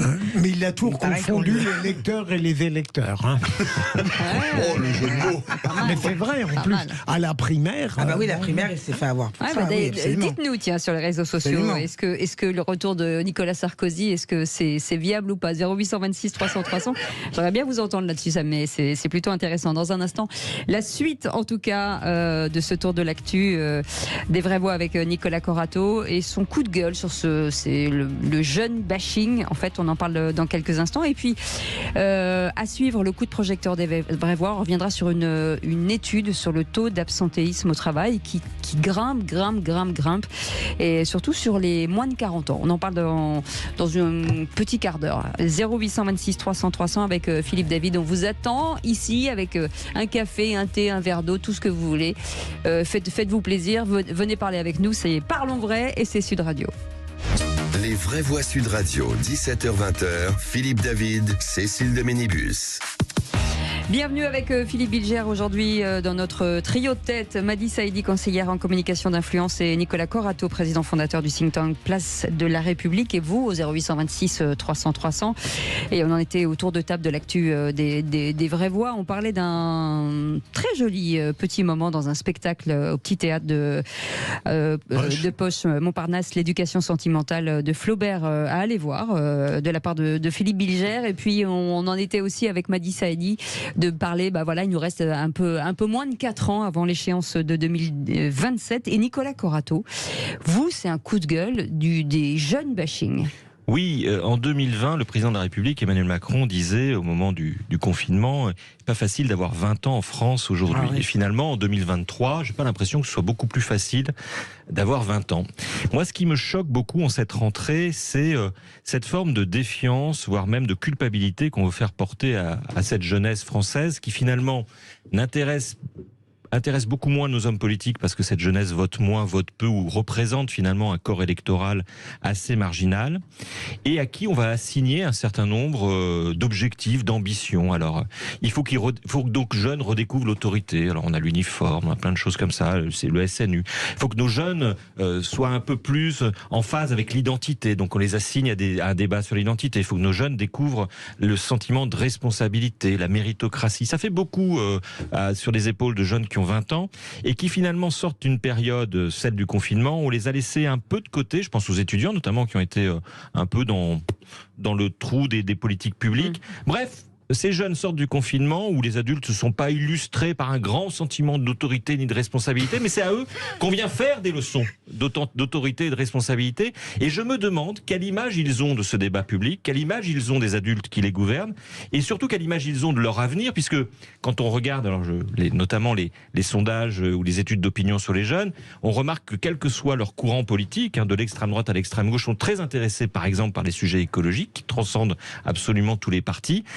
Sujets écologiques qui sont quasiment absents des débats politiques ou des débats médiatiques. Donc oui, il fait pas très bon avoir 20 ans aujourd'hui en 2023 en France et je pense que nous les adultes qui idéalisons une sorte de monde qui serait disparu parce que nous vieillissons, les années 60 c'est formidable, les années 70 encore mieux, les années 80 formidable, pourquoi ces jeunes ne connaissent pas Sardou par cœur? Finalement j'ai l'impression qu'on leur assigne une forme de responsabilité qui les concerne peu et qui les entraîne peu, et je pense que quand on a une jeunesse qui n'est pas très intéressée par l'avenir qu'on lui propose, c'est pas bon signe pour la démocratie. Philippe Bilger qui va répondre en chantant. Mais Nicolas, j'aurais envie de vous répondre comme Goldman qui avait fait cette chanson pour les Restos du Cœur, qui avait fait polémique, où les adultes répondaient aux jeunes. Paul Nizan disait « Je ne laisserai personne dire que 20 ans est le plus bel âge de la vie ». Je suis assez d'accord avec lui, mais vous ne trouvez pas que les jeunes nous tapent un peu sur les nerfs pour aller vite, parce qu'ils oscillent entre indifférence ou radicalité, alors qu'ils ne savent rien. Alors, vous savez, je pense que, encore une fois, les sondeurs peut-être ont vu ça, parce qu'il y a des études. Il y a une rupture générationnelle, idéologique. Vous prenez par exemple un sujet sur la laïcité, on va pas faire le débat aujourd'hui, mais y compris à gauche, quand vous regardez les générations plus jeunes et les générations plus anciennes. Les générations plus anciennes ont été formées sur la loi 1905, une vision de la laïcité quand même très rigide, etc. Les jeunes considèrent que, par exemple, la liberté passe avant l'interdiction ou la sanction. C'est très intéressant. Et vous avez fait ça sur un certain nombre de comportements. Et peut-être qu'aujourd'hui, cette rupture générationnelle, elle est peut-être plus importante que les ruptures idéologiques dont nous parlons tant aujourd'hui. Et je pense qu'effectivement, il faut redonner aussi un peu de parole et un peu de visibilité à ce qu'ont à nous dire les jeunes. Madi Saïdi. Écoutez, moi j'avais. Bien dans le micro. Il y a encore quelques années, même quelques mois, j'avais l'impression d'être jeune. Mais je dois dire qu'en réalité, moi je les comprends pas, les jeunes d'aujourd'hui. J'ai l'impression que rien ne les intéresse. Et j'ai pas l'impression d'être si vieille que ça. J'ai eu 20 ans comme eux en France, j'ai eu 20 ans dans un pays où c'était compliqué aussi, mais j'ai l'impression qu'il faut rien leur dire, il faut rien leur faire, rien ne les intéresse. Ils s'en foutent de tout. Peut-être que nous ne les intéressons plus. Nos sujets ne les intéressent plus. Nos débats ne les intéressent plus. C'est peut-être nous aussi qui devons nous remettre en cause. Même de nos débats, je trouve qu'il y a même un problème sur la responsabilisation. Tout à l'heure, vous parlez d'écologie. Oui, c'est vrai, c'est un sujet qui les intéresse, mais je trouve que même sur ce sujet-là, on ne les voit pas. Alors que vous dépassez la Méditerranée, alors évidemment, j'ai un lien particulier avec l'autre côté de la Méditerranée.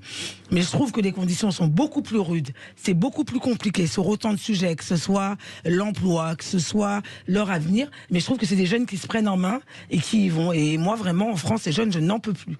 Mais Nicolas Corato, sur cette jeunesse, par exemple, vous parliez d'écologie, m'a dit sur les sujets de l'écologie, qui est un sujet très important, et à contrario, ils donnent des leçons à leurs parents et aux copains de leurs parents, mais c'est une génération qui est très énergivore avec le numérique, les téléphones, et c'est peut-être ça finalement qui percute, et que peut-être les plus âgés disent c'est bon, arrêtez de nous donner des leçons. Ils sont pas exemples de contradictions, tout comme nous ne sommes pas exempts de contradictions. Non, bien sûr que non. Moi, c'est ce qui sauf qu'ils crient plus fort qu'avant, puisque forcément les réseaux sociaux.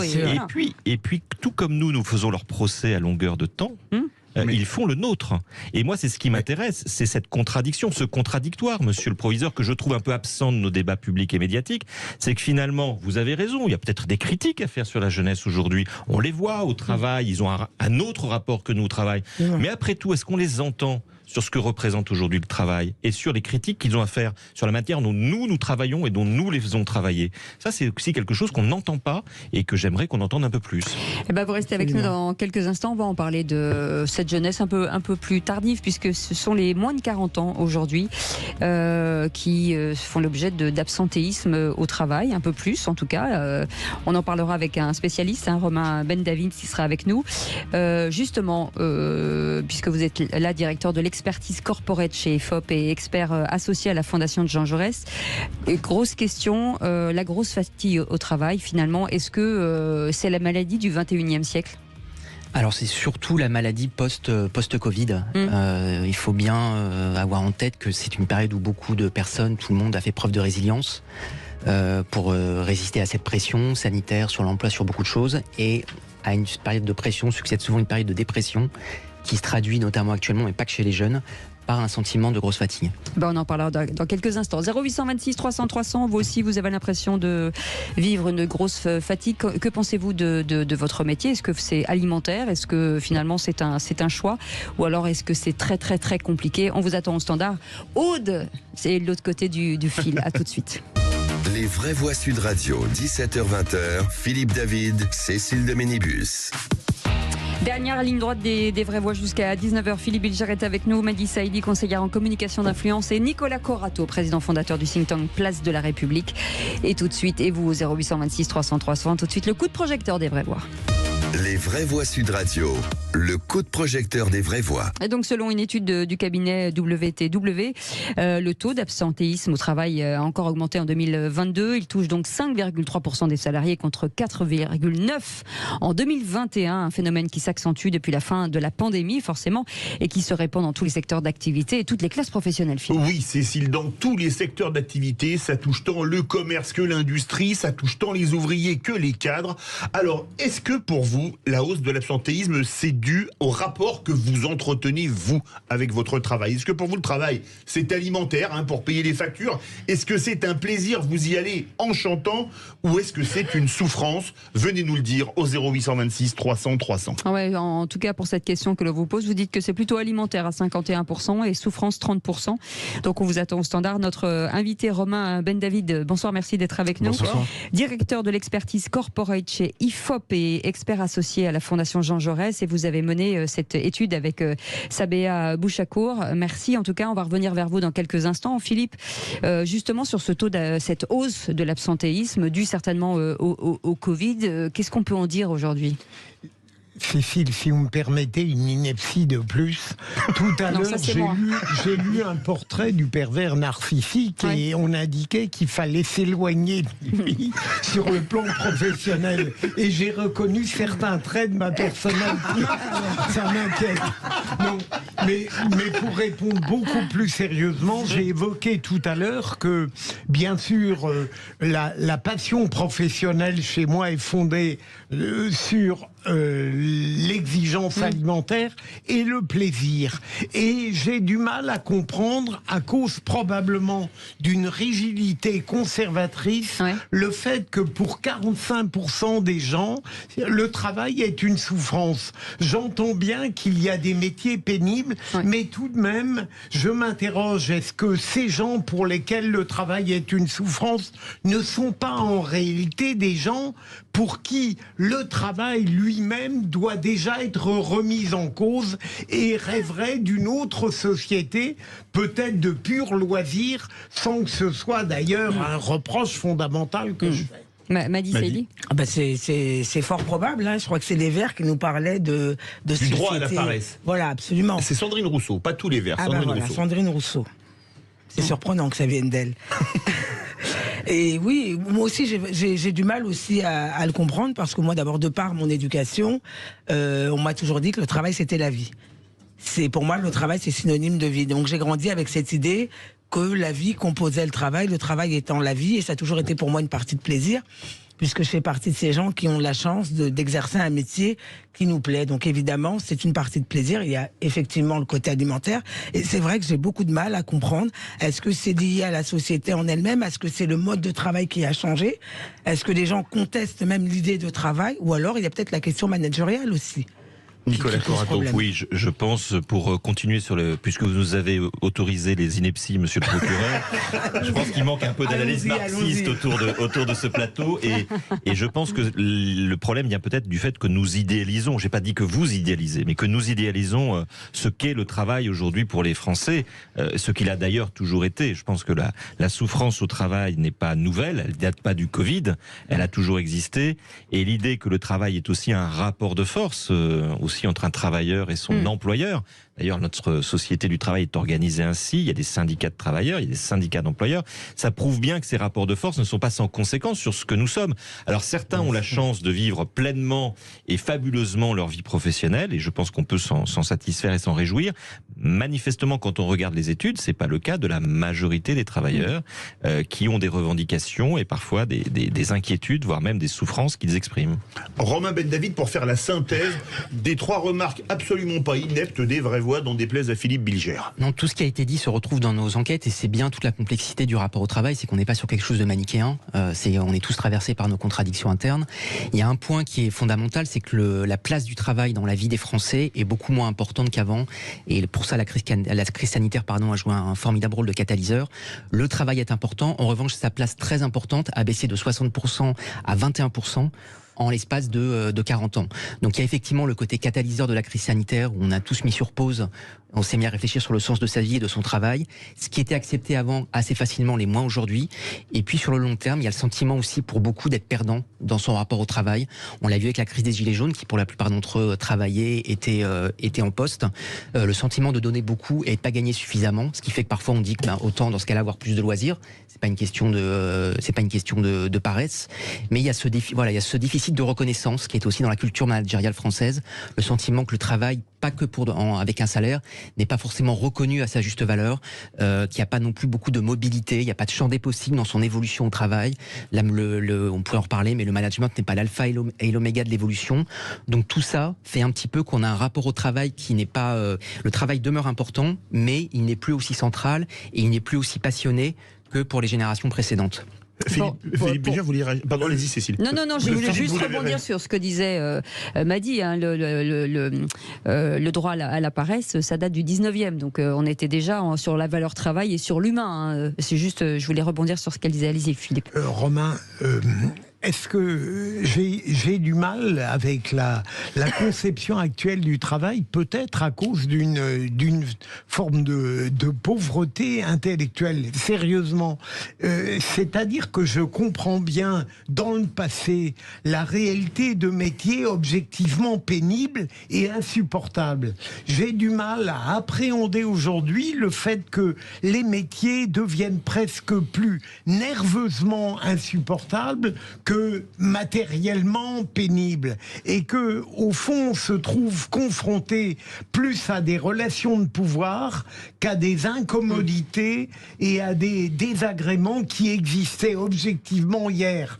Au fond, passer des mines à la mauvaise humeur d'un chef, ça ne m'apparaît pas comparable, et pourtant à vous écouter, c'est ce qui crée peut-être le plus d'incommodité. Alors, il y a beaucoup de choses dans ce que vous dites. La conséquence est la même, en tout cas, pénibilité physique ou mentale. Ça crée un rapport au travail qui est moins passionné. Après, ce ne sont pas forcément les mêmes populations. Vous avez 52% des salariés qui estiment faire un métier pénible. Là, on va plutôt retrouver effectivement des employés, des ouvriers, ce qu'on appelle les salariés du front. Physiquement. Oui, c'est ça. On va retrouver des salariés du front office, c'est-à-dire des personnes qui sont souvent à l'accueil. On en a dans la fonction publique. Ça peut être des infirmières, donc qui ont des métiers qui peuvent être difficiles avec les usagers ou avec les clients. Et puis vous avez le stress psychologique, qui est un peu la maladie des cadres, où là on a aussi une moitié des salariés qui déclarent exercer un métier pénible psychologiquement. Ça, c'est effectivement toute une culture managériale. Mais il ne faut pas trop être pessimiste non plus. La plupart des Français, on a 75% des Français qui sont satisfaits de leur situation professionnelle. En surface, il n'y a pas vraiment de problème avec le travail. Quand on creuse un peu plus en profondeur, effectivement, c'est là où on va trouver des points qui fait que cette pénibilité a toujours existé. Mais encore une fois, depuis cette crise sanitaire qui a joué vraiment un rôle de catalyseur, ce qui était accepté avant l'est beaucoup moins aujourd'hui. Et puis vous avez aussi structurellement une population active qui vieillit, un allongement de la durée du travail, donc des pathologies, des maladies, des absences de longue durée plus graves. On en parle peu, notamment chez les personnes plus âgées. Allez, 0826 300 300, on va prendre Brigitte dans quelques instants. En attendant, Thierry, qui est notre vraie voix, auditeur. Thierry, une réaction peut-être sur, je ne sais pas, sur votre métier par exemple, parce que vous êtes enseignant. Alors moi je suis enseignant, je me suis éclaté dans mon travail pendant 20, 25 ans, 30 ans. Mais moi je trouve que les conditions de travail se sont énormément dégradées parce qu'on n'est plus soutenu. Les élèves ont de plus en plus de pouvoir. Et c'est de plus en plus compliqué. On fait énormément d'administratifs. Et voilà quoi. Je veux dire que au niveau rémunération, quand on voit que bon, c'est normal que les jeunes on augmente les salaires, mais les anciens aussi. Moi, je viens de changer d'échelon. Je gagne 40 € de plus par mois. Qu'est-ce que c'est 40 € de plus par mois, quoi ? Je veux dire. Voilà. Surtout en ce moment. Oui, surtout en ce moment, oui. Donc, et on a aujourd'hui des problèmes qui n'existaient pas avant et qui s'amplifient. C'est au niveau de tout ce qui est drogue et élèves qui sont en difficulté et socialement. Et on n'est pas formé pour ça. On n'est pas des éducateurs spécialisés. On est des enseignants. Et ça, c'est un impact aussi sur... Éducateur, c'est un métier. Voilà. Restez avec nous. 0826 300 300 et Brigitte. Oui, bonsoir. Bonsoir Brigitte, bienvenue sur Sud Radio. Merci beaucoup. Je voudrais juste rajouter à ce qu'a dit les autres intervenants juste avant, qu'on a aussi une conséquence du déclassement de la France, en fait, dans cet absentéisme qui est de plus en plus croissant. On a les familles monoparentales qui ont souvent du mal à concilier la charge d'éducation des enfants, l'organisation de la sphère privée avec la vie professionnelle. On a les salariés aidants qui représentent quand même 20% des actifs. Qui doivent s'occuper de leurs aînés, de proches malades ou d'handicapés. On a d'autres éléments d'explication aussi qu'on peut trouver dans la rigidité de l'organisation du travail, le manque de perspective et puis la perte du bon sens de façon plus générale au travail, Brigitte. et qui amène à une banalisation de l'absentéisme. On a aussi un autre motif, selon moi, qui est l'errance aussi dans le diagnostic médical. On n'en parle jamais, mais on a la distension des délais pour l'obtention des rendez-vous médicaux ou de la consultation, et ça fait que parfois les gens restent malades. Et bon, je voudrais aussi tordre une idée reçue, j'ai 54 ans, et donc même si les plus de 55 ans ont souvent des arrêts de travail longs, en fait ils sont sous-représentés en fréquence d'arrêt pour maladie. Et on a les départs en retraite plus tardifs qui majorent la fréquence de cohabitation avec les maladies chroniques, évolutives. Donc du coup, voilà, tout ça c'est multifactoriel, et je pense que tout ça est aussi une conséquence du déclassement, malheureusement. Voilà. Puis vous avez aussi la fatigue, le rallongement des temps de trajet, les embouteillages, la gestion chaotique des transports publics. Tout ça, ça engendre du stress. Et puis bon, si vous rajoutez à ça un salaire entre guillemets de misère qui vous permet plus des petits plaisirs, le coiffeur, les loisirs, etc. Tout ça fait qu'effectivement, on ne va pas dire que les jeunes sont feignants. Je ne pense pas du tout que ça soit ça. Je pense simplement que voilà, c'est multifactoriel et que c'est quand même très lié au déclassement de la France. Voilà. Romain Ben David, pour réagir à Thierry et Brigitte, ça nous fait revenir à une phrase qu'a prononcée Bruno Le Maire: la smicardisation de la société française est déprimante. Est-ce que ça rejoint pas tout ça en fait? Ça rejoint le fait que le travail pour beaucoup de Français n'est pas reconnu à sa juste valeur, alors que quand vous interrogez des salariés britanniques ou allemands, une majorité d'entre eux déclarent que c'est le cas. Il n'y a pas de raison de penser qu'on est mieux payé ou mieux traité forcément dans ces pays-là, mais il y a une culture de la négociation, il y a une culture de la reconnaissance du travail, plein de choses qui sont un peu des angles morts dont on parle peu, qui font que on peut discuter. On n'est pas en France, les choses éclatent souvent par le conflit parce qu'il n'y a pas d'autre manière d'échanger. On le voit notamment dans les négociations, pas que pour la réforme de retraite, dans les négociations en entreprise, on n'est pas sur cette forme de négociation step by step. C'est soit une décision verticale, si je schématise, soit au contraire le conflit. Dans d'autres pays, on est plus sur quelque chose qui a un compromis qui se joue plus sur le long terme. Romain Ben David, est-ce qu'on il n'y a pas justement en filigrane le retour de ce problème de formation aussi dont on parle à l'école, un peu partout, de se dire qu'à un moment donné, quand on fait un métier difficile, il faut qu'on puisse se reformer dans la durée de vie de son travail en disant je peux faire autre chose en fait. Bien sûr. Mais tellement ne sont pas formés à ça. En fait, les entreprises le comprennent petit à petit puisqu'elles ont des difficultés de recrutement et de fidélisation. Donc, elles ont compris que pour fidéliser des salariés, il fallait aussi les former. Et formation, ça veut dire s'adapter aux besoins individuels. Deux personnes qui ont la même fonction n'ont pas forcément les mêmes envies d'évolution. Mais même de la société. Et effectivement, et donc pour sortir et notamment de la pénibilité, quand on parle d'emploi des seniors, la formation représente quelque chose d'assez formidable. Les entreprises sont un peu frileuses malgré tout parce qu'elles se disent qu'un salarié formé va partir ailleurs. Or, au contraire, nous, ce qu'on voit dans nos enquêtes, c'est qu'un salarié qui est formé sera d'autant plus reconnaissant à son entreprise et donc sera plus engagé. Ouais. Philippe Bilger, mais dans le micro. Romain, je voudrais prolonger un de vos propos. Vous avez dit évidemment que l'esprit public français n'était pas du tout comparable à celui qu'on trouve en Allemagne ou en Angleterre. Est-ce qu'à votre avis, cette espèce de conflictualité sociale due notamment au fait que nous avons un syndicalisme en permanence, de mon point de vue, de combat, est-ce que ça n'est pas ça qui crée un tout petit peu chez le citoyen peut-être l'impression que le travail n'est pas une sorte de paix tranquille, mais une sorte de conquête toujours à revendiquer ou à améliorer. Est-ce qu'il n'y a pas quelque chose là de pervers ? En fait, je ne pense pas que ce soit lié particulièrement aux syndicats. Il y a évidemment beaucoup de réalités différentes. Il y a une question de verticalité qu'on peut retrouver, qu'on a pu critiquer dans le pouvoir exécutif, qu'on peut retrouver dans les entreprises. Et on voit que de plus en plus de collectifs se forment indépendamment des syndicats, justement, pour essayer de regrouper plutôt des personnes en affinité plutôt que par intérêt de syndicat. On a dans le travail un problème beaucoup de confiance, de verticalité. L'idée que si le travail n'est pas contrôlé, il sera mal fait. Et donc tout ça ne joue pas effectivement dans l'épanouissement. C'est encore une fois, c'est une généralité, mais ne joue pas dans l'épanouissement des salariés. Et on retrouve un peu la même chose au niveau politique, avec cette critique de la verticalité du pouvoir. Et vous voyez, vous avez le réflexe de parler des syndicats. On parle soit des syndicats, soit du pouvoir politique. Sur beaucoup d'institutions en quoi les jeunes ne se retrouvent plus forcément. C'est-à-dire c'est des corps constitués, alors que de plus en plus aujourd'hui, le pouvoir est pris, notamment dans la révolution qu'on vit dans le travail, c'est une révolution de l'intérieur, le pouvoir est pris par les salariés eux-mêmes, qui décident eux-mêmes de faire bouger les choses, dans des collectifs par exemple, mais pas forcément dans le cadre d'un syndicat ou d'un parti politique. Nicolas Corato. Et est-ce que ce rapport au travail change, est-ce que vous avez pu le mesurer, avec la société du plein emploi qu'on nous présente, qu'on nous promet ou qu'on nous souhaite ?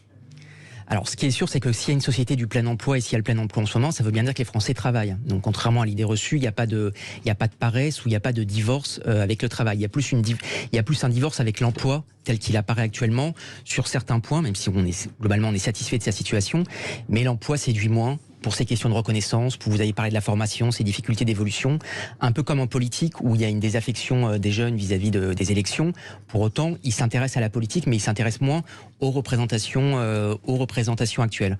Donc effectivement, il y a un nouveau rapport au travail qui est en train de se construire, qui vient du bas, contrairement aux anciennes révolutions dans le travail, tout ce qui était innovation collective, nouvelles organisations du travail, Taylorisme, Fordisme. Là, c'est les salariés qui l'imposent, et le fait qu'on soit au plein emploi fait que ce sont aux employeurs de s'y intéresser. Ils sont obligés de s'y intéresser s'ils veulent recruter ou fidéliser leurs salariés. Vous voyez peut-être que les syndicats de combat ne sont pas les syndicats de travailleurs, mon cher Philippe, mais peut-être les syndicats patronaux qui devraient se mettre un peu à la négociation aussi. Allez, merci beaucoup, merci mes amis, merci beaucoup Romain Van Davin, directeur de l'expertise corporate chez IFOP et expert associé de la Fondation Jean Jaurès. Et je rappelle que cette étude a été faite avec Sabéa Bouchakour. Merci beaucoup d'avoir été avec nous. Merci Philippe Bilger. Merci. Formidable. À demain. On intervient en beauté là. Ouais, merci beaucoup Nicolas Corato, président fondateur de Think Tank Place de la République.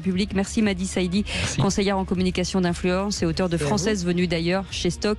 Vous étiez bien meilleur que ceux du vendredi, peut-être moins bien que ceux de demain. C'est ça, ouais, j'essaie de faire le manager, mais j'arrive pas du tout. Allez, dans un instant, on parle citoyenneté. On va revenir justement sur l'éducation et surtout les inégalités scolaires. Et là, c'est les étudiants et les lycéens qui s'engagent. On va parler avec ces étudiants et lycéens. Allez, à tout de suite.